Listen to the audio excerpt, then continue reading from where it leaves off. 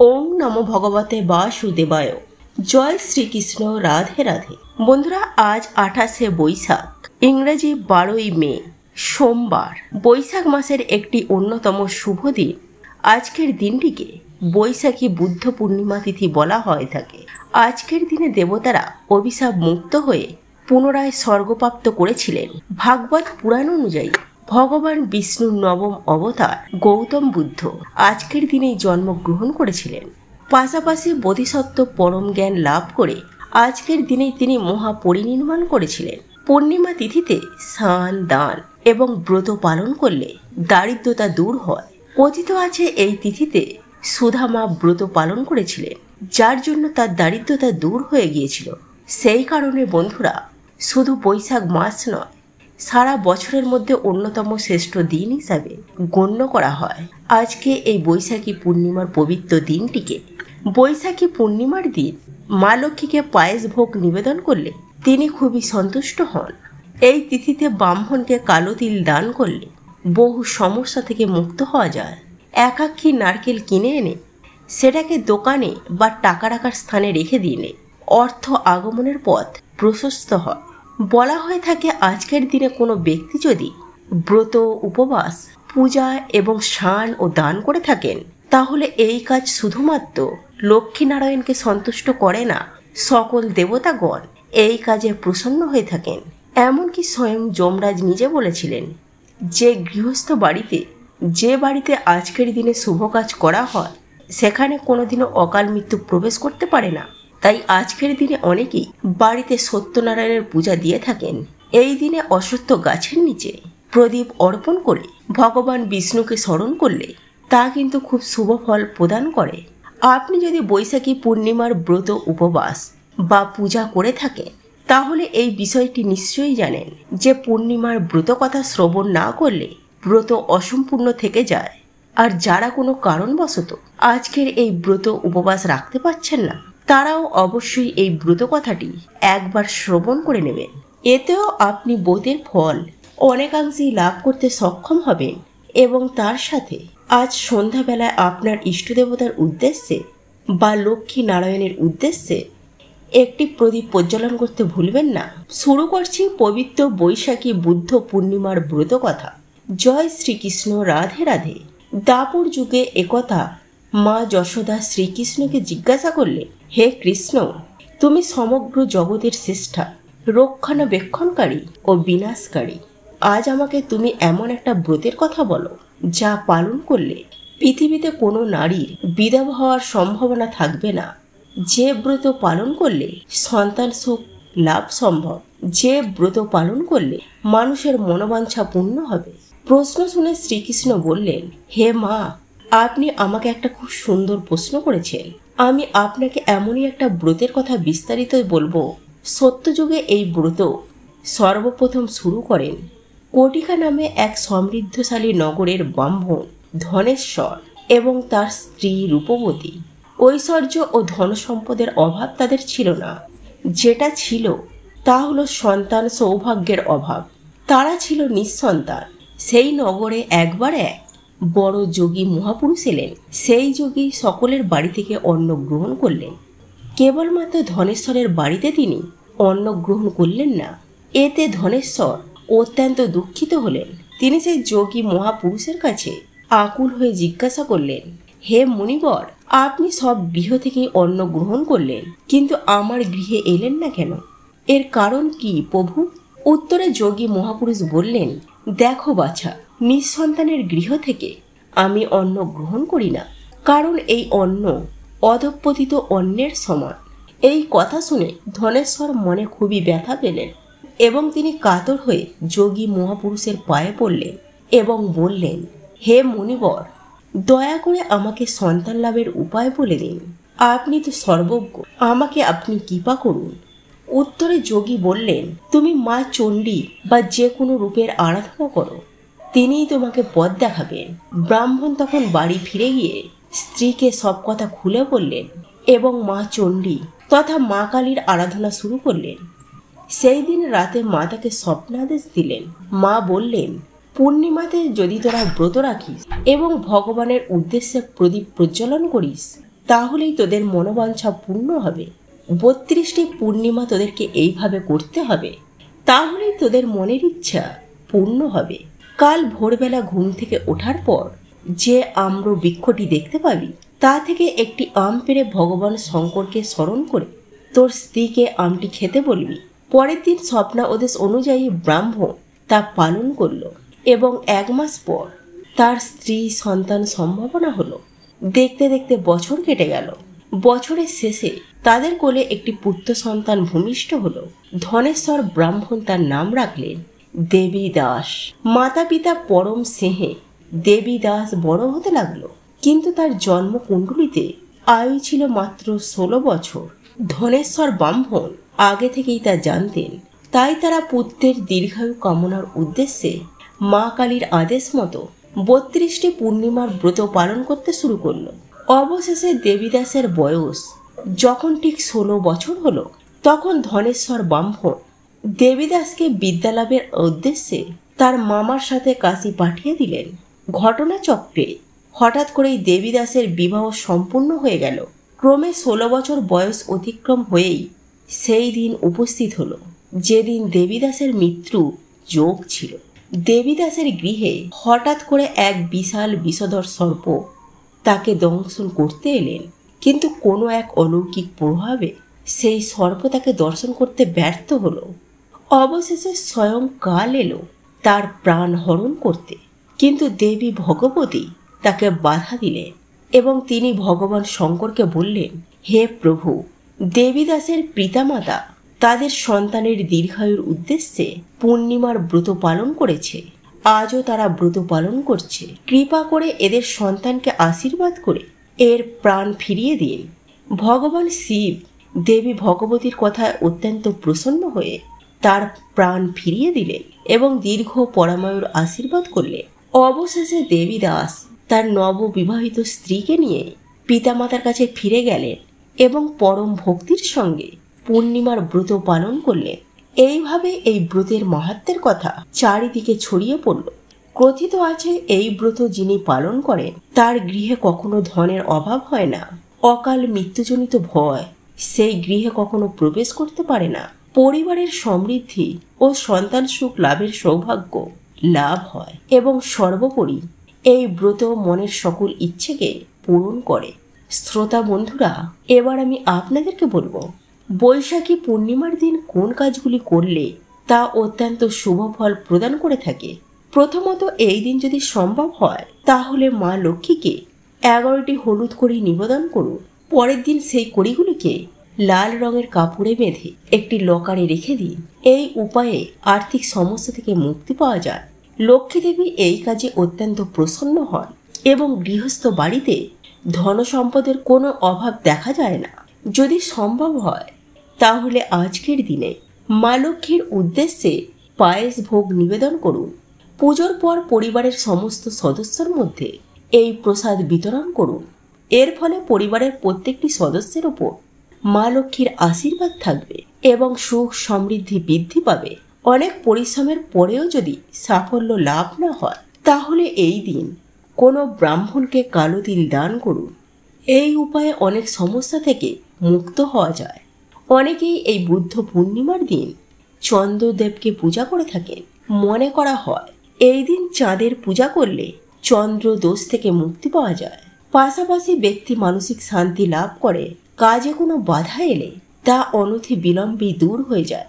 আজকের এই পবিত্র দিনে অর্থাৎ বুদ্ধ পূর্ণিমার দিনে যদি সম্ভব হয় গৌতম বুদ্ধের মূর্তি বাড়িতে আনুন। বাস্তুশাস্ত্র অনুযায়ী গৌতম বুদ্ধকে সমৃদ্ধি ও আনন্দের সূচক বলে মনে করা হয়। বাড়িতে গৌতম বুদ্ধের মূর্তি আনলে নেতিবাচক শক্তির প্রভাব দূর হয়ে যায়।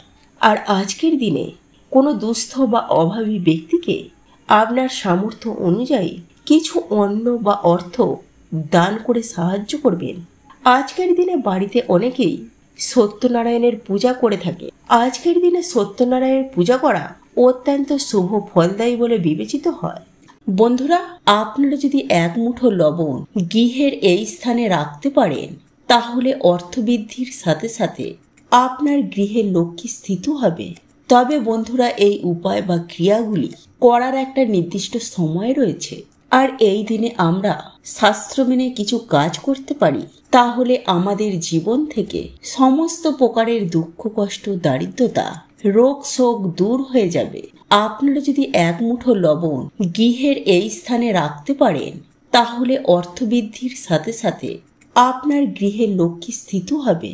তাই এই প্রসঙ্গে বিস্তারিত জানার আগে আপনাদেরকে বলে রাখি, আপনি যদি আমাদের চ্যানেলে নতুন হয়ে থাকেন, তাহলে চ্যানেলটি অবশ্যই সাবস্ক্রাইব করুন এবং পাশে থাকা নোটিফিকেশন বেল আইকনটি ক্লিক করুন। কারণ আমি বিভিন্ন প্রকার তন্ত্র মন্ত্র বশীকরণ, টোটকা, বাস্তু টিপস, জ্যোতিষশাস্ত্র, পুজো আরাধনা এবং ব্ল্যাক ম্যাজিক করা নিয়ে নিত্য নতুন ভিডিও আপলোড করে থাকি, যা প্রয়োগ করার মাধ্যমে আপনার জীবনে থাকা সকল প্রকার সমস্যার সমাধান করতে পারবেন। চলুন এইবার মূল আলোচনায় প্রবেশ করা যাক। বন্ধুরা, আপনারা প্রত্যেকেই জানি যে পূর্ণিমা, অমাবস্যা, একাদশী এই তিথিগুলি আমাদের জীবনের জন্য কতটা গুরুত্বপূর্ণ। কারণ আপনাদের প্রত্যেকের জীবনে যথেষ্ট প্রভাব রয়েছে। তাই বন্ধুরা, আমরা সবার প্রথমেই জেনে নেব, শাস্ত্রমতে বলা হয়ে থাকে যে এই লবণ হলো শুক্র এবং চন্দ্রের প্রতিনিধি এবং একই সঙ্গে বলা হয় রাহুর প্রতীকও। তাই আজ আমি আমার এই ভিডিওটির মাধ্যমে আপনাদেরকে জানিয়ে দেব যে আপনার জীবনে শনির দশা কাটাতে বা আপনার জীবনে যে সকল বিভিন্ন ধরনের সমস্যা রয়েছে, সেই সমস্যাগুলির সমাধান খুব সহজেই যদি আপনারা করতে চান, তাহলে আজ আমার বলা এই বিশেষ চমৎকারী উপায়টি অবশ্যই করুন। এই উপায় বা ক্রিয়াটি আপনাকে সুনিশ্চিতভাবে সুফল প্রদান করবে। হ্যাঁ বন্ধুরা, আপনারা ঠিকই শুনেছেন, এই টোটকাটি স্বাস্থ্যের টোটকা। আর শাস্ত্রেই উল্লেখ আছে এই উপায়টি করলে অনেক মানুষ উপকৃত হয়েছে, আপনারাও সুনিশ্চিতভাবে উপকৃত হবেন। বন্ধুরা, এই লবণের বেশ কিছু গুরুত্ব রয়েছে। যেমন শাস্ত্রমতে এটাও বলা হয়ে থাকে, যে কোনো ব্যক্তি বা কোনো মানুষ যদি কোনো প্রকার লোহার পাত্রে বা কোনো প্রকারের প্লাস্টিকের পাত্রে নুন রাখেন, সেই ব্যক্তির জীবনে কিন্তু সমস্যার শেষ থাকে না এবং তার জীবনে শনির প্রভাব কিন্তু ক্রমশ বাড়তেই থাকে, যার ফলে সেই ব্যক্তির জীবনে মহা বিপদ ক্রমশ ঘনিয়ে আসে। তাই আজ আমি আপনাদের উদ্দেশ্যে এটাই জানাবো যে আপনারা যদি এই রকম কাজ করে থাকেন, কখনোই আপনার বাড়িতে মা লক্ষ্মী স্থিত হবেন না। লবণ আপনারা রাখবেন একটি কাঁচের পাত্রের মধ্যে। বন্ধুরা, একই সঙ্গে আপনাদেরকে এটাও জানিয়ে দেব যে এই নুন বা লবণের অপচয় যাচ্ছে তাই ভাবে কখনোই করবেন না এবং যেখানে সেখানে নুন বা লবণ আপনারা রাখবেন না। এবং একই সঙ্গে আপনাদের উদ্দেশ্যে জানিয়ে রাখি, শাস্ত্র মতে এই নুন বা লবণের মধ্যেই কিন্তু মা লক্ষ্মীর বাস।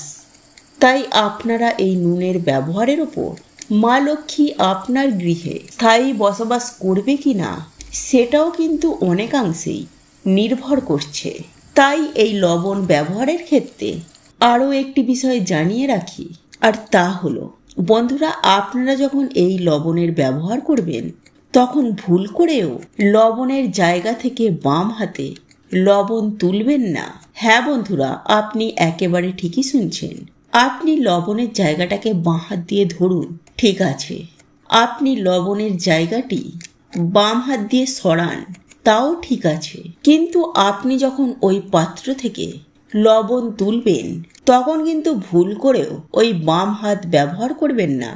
এই লবণ তোলার ক্ষেত্রে আপনারা ডান হাতের ব্যবহার করবেন। আর আপনারা যদি এই বাম হাতে লবণ তুলে ব্যবহার করেন, তাহলে আপনারা যতই ইনকাম করুন না কেন, আপনাদের গৃহে বা আপনাদের সংসারে কখনোই আর্থিক কষ্ট মিটবে না।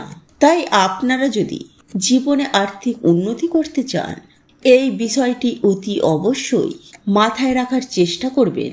বন্ধুরা, এবার জেনে নেওয়া যাক, আপনারা এক চিমটি লবণ নিয়ে একটি লাল কাপড়ের মধ্যে মুড়ে রাখুন বাড়ির এই জায়গায়। বন্ধুরা, এখন প্রশ্ন হলো, আপনারা কোন জায়গায় এটিকে রাখবেন?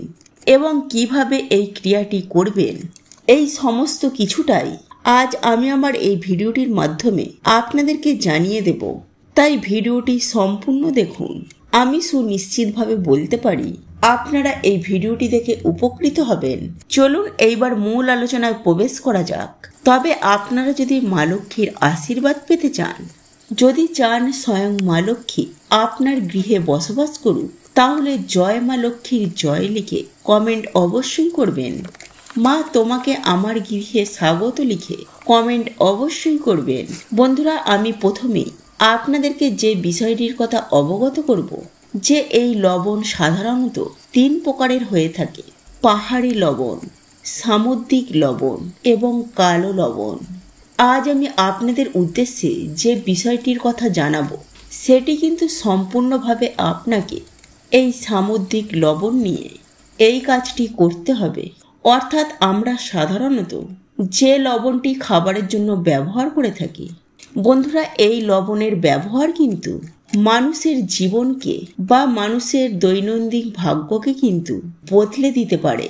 তাই আপনাদের উদ্দেশ্যে জানাবো, আপনারা আপনাদের গৃহে সুখ শান্তি বৃদ্ধি করতে চান, তাহলে এই উপায় বা ক্রিয়াটি ভক্তি, নিষ্ঠা ও আন্তরিকতার সাথে করুন। কারণ বিশ্বাসে মেলায় বস্তু, তর্কে বহুদূর। যদি আপনার এই সব বিষয়ের প্রতি বিশ্বাস থেকে থাকে, তাহলে অবশ্যই এই টোটকাটি করুন। সুনিশ্চিতভাবে এই টোটকাটির শুভ ফল আপনাকে প্রদান করবে। বন্ধুরা, আমি সবার প্রথমে আপনাদেরকে যে কথাটি বলবো, বন্ধুরা, আপনারা বৃহস্পতিবার ও রবিবার বাদ দিয়ে যখন ঘর মোছেন, ঘর মোছার জলে কিছুটা পরিমাণ লবণ জলে মিশিয়ে ঘর মোছেন, তাহলে মনে করা হয় আপনার গৃহে যে নেগেটিভ শক্তি, সেই নেগেটিভ শক্তি সম্পূর্ণরূপে দূর হয়ে যায় এবং আপনার গৃহে ক্রমশ পজিটিভ শক্তি বেড়ে ওঠে। তাই জীবনে কখনো সমস্যা ঘিরে ধরবে না এবং আপনার জীবন সুন্দরভাবে সুখ শান্তি ও আনন্দের সাথে এগিয়ে চলবে। বন্ধুরা, এই লবণ কখনো খালি হাতে দিয়ে দেবেন না। হ্যাঁ বন্ধুরা, আপনি যখন এই লবণ কাউকে দেন, তখন কাউকে খালি হাতে দেবেন না। কারণ এই লবণ দেওয়ার মধ্য দিয়ে কিন্তু আপনার গৃহের মা লক্ষ্মী আপনার গৃহ ছেড়ে অন্য গৃহে চলে যায়। ফলে আপনার জীবনে সমস্যা এবং অন্য মানুষের জীবনে সুখ শান্তি। তাই কখনোই এইসব কাজ ভুলেও করবেন না। এবং একই সাথে আপনাদেরকে আরও বেশ কয়েকটি কথা জানিয়ে রাখবো। আপনি একটি লাল কাপড়ের মধ্যে 1 চিমটি লবণ নিয়ে পুটুলি করে বেঁধে নিয়ে আপনি আপনার বাড়ির সদর দরজার ডান দিকে ঝুলিয়ে রাখতে পারেন। তাহলে কিন্তু আপনার গৃহ হয়ে উঠবে পজিটিভ শক্তির আধার এবং আপনার গৃহে মা লক্ষ্মী কিন্তু সারা বছরই অধিষ্ঠান করবে। হ্যাঁ বন্ধুরা, এটি হয়তো আপনাদেরকে অবাক লাগতে পারে, কিন্তু আমি আপনাদেরকে কথা দিচ্ছি, আপনারা যদি এই কাজটি বিশ্বাস নিয়ে করতে পারেন, তাহলে কয়েকদিনের মধ্যেই এর চমৎকার সুফল আপনারা দেখতে পাবেন। এবং একই সঙ্গে আপনাদেরকে জানিয়ে দেব যে যদি আপনারা এই লবণ, কিছুটা পরিমাণ লবণ নিয়ে একটি লাল পুটুলি করে আপনি আপনার বালিশের তলায় রেখে ঘুমাতে পারেন, তাহলে আপনার জীবনে থাকা সমস্ত প্রকারের নেগেটিভ এনার্জি দূর হয়ে যাবে। একই সঙ্গে আপনারা যদি কোনো দুঃস্বপ্ন দেখে থাকেন, সেই দুঃস্বপ্নে আপনারা ঘুমাতে পারছেন না, সেই দুঃস্বপ্নও কিন্তু ধীরে ধীরে দূর হয়ে যাবে এবং আপনার ঘুমও কিন্তু খুব সুন্দরভাবে হবে। বন্ধুরা, এই কাজটি আপনারা পবিত্র উত্থান একাদশীর দিন সন্ধ্যায় করতে পারেন, তাহলে মা লক্ষ্মী আপনার গৃহে চিরস্থায়ী অধিষ্ঠান হবেন। হ্যাঁ বন্ধুরা, এই উপায় বা ক্রিয়াটির ফলে আর্থিক বৃদ্ধি হতে বাধ্য হবে। বন্ধুরা, একাদশীর দিন তার আগের রাতে আপনারা 1 ঘটি জল নেবেন এবং সেই জলের মধ্যে 1 চিমটি হলুদ এবং 1 চিমটি লবণ মিশিয়ে রেখে দেবেন এবং ওই ঘটির জলটি বা ঘটিটি আপনার ঠাকুর ঘরে অথবা আপনার ঠাকুরতলায় রেখে দেবেন এবং পরের দিন উত্থান একাদশীর দিন সকালে ঘুম থেকে উঠেই সেই জল আপনারা আপনাদের বাড়ির প্রধান দরজায় ঢেলে দেবেন। অর্থাৎ সেই জলটি দিয়ে আপনার বাড়ির দরজার চৌকাঠটিকে ধুয়ে দেবেন। এর ফলে লক্ষ্মী নারায়ণ আপনার গৃহে আসবে বন্ধুরা, এই কাজটি আপনারা মোক্ষদা একাদশীর দিন অবশ্যই করবেন। কারণ বন্ধুরা, এই কাজটি আমাদের মধ্যে থাকা 90% মানুষই তাই তারা মা লক্ষ্মীর কৃপা পায় না। আর মা লক্ষ্মীর কৃপা না থাকার কারণে আমাদের এই বাড়িতে সারা বছর দুঃখ কষ্ট দারিদ্রতা লেগেই থাকে।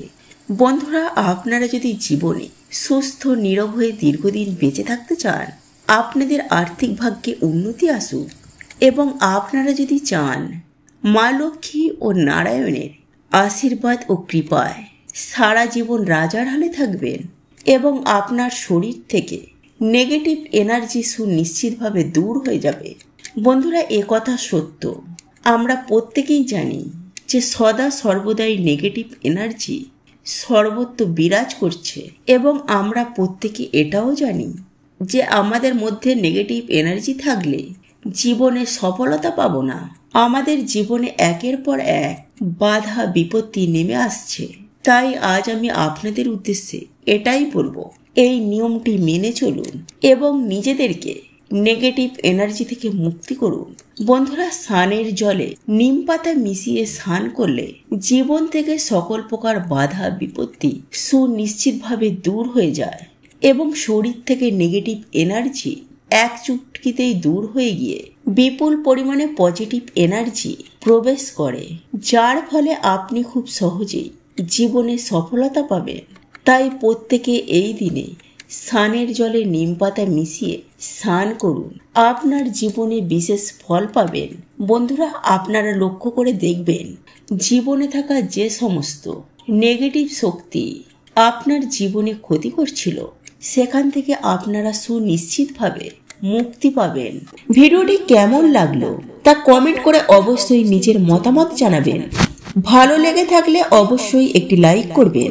কমেন্টে ভক্তি, ভালোবাসা ও শ্রদ্ধার সহিত জয় মা লক্ষ্মী দেবীর জয় বা জয় শ্রীকৃষ্ণ রাধে রাধে একটি বারের জন্য হলেও লিখে যাবার জন্য অনুরোধ জানাচ্ছি। আর আপনি যদি আমাদের চ্যানেলে নতুন দর্শক হয়ে থাকে তো বিশেষভাবে অনুরোধ করব চ্যানেলটি অবশ্যই সাবস্ক্রাইব করে পাশে থাকা নোটিফিকেশন বেল আইকনটি অন করে রাখবেন।